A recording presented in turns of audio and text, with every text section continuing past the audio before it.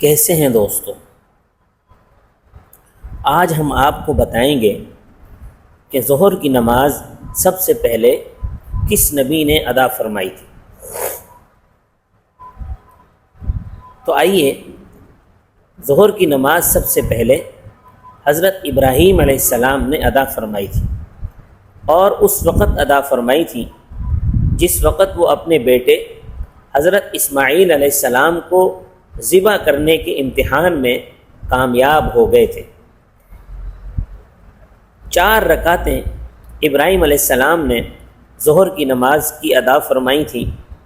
1 رکعت تو اس امتحان میں کامیابی پر شکرانے کے طور پر ادا فرمائی، اور دوسری رکعت اس بات کے شکرانے میں ادا فرمائی تھی کہ اللہ تعالیٰ نے حضرت اسماعیل علیہ السلام کے عوض میں جنت سے ایک مینڈھا اتار دیا۔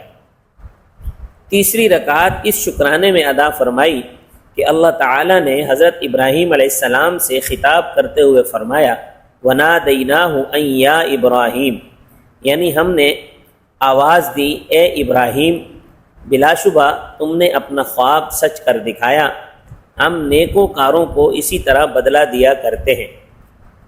چوتھی رکعت اس بات کے شکرانے میں ادا فرمائی کہ اللہ تعالیٰ نے ایسا صابر بیٹا عطا فرمایا جو اس سخت امتحان کے اندر بھی نہایت صابر اور متحمل رہا اور صبر کا پہاڑ بن گیا۔ اس طرح یہ 4 رکعتیں حضرت ابراہیم علیہ السلام نے ظہر کے وقت بطور شکرانے کے ادا فرمائی تھیں۔ اللہ تعالیٰ کو یہ 4 رکعتیں ادا کرنا ایسا پسند آیا، یہ 4 رکعتیں ایسی پسند آئیں کہ سرکار دو عالم صلی اللہ علیہ وسلم کی امت پر یہ 4 رکعتیں ظہر کی فرض فرما دی۔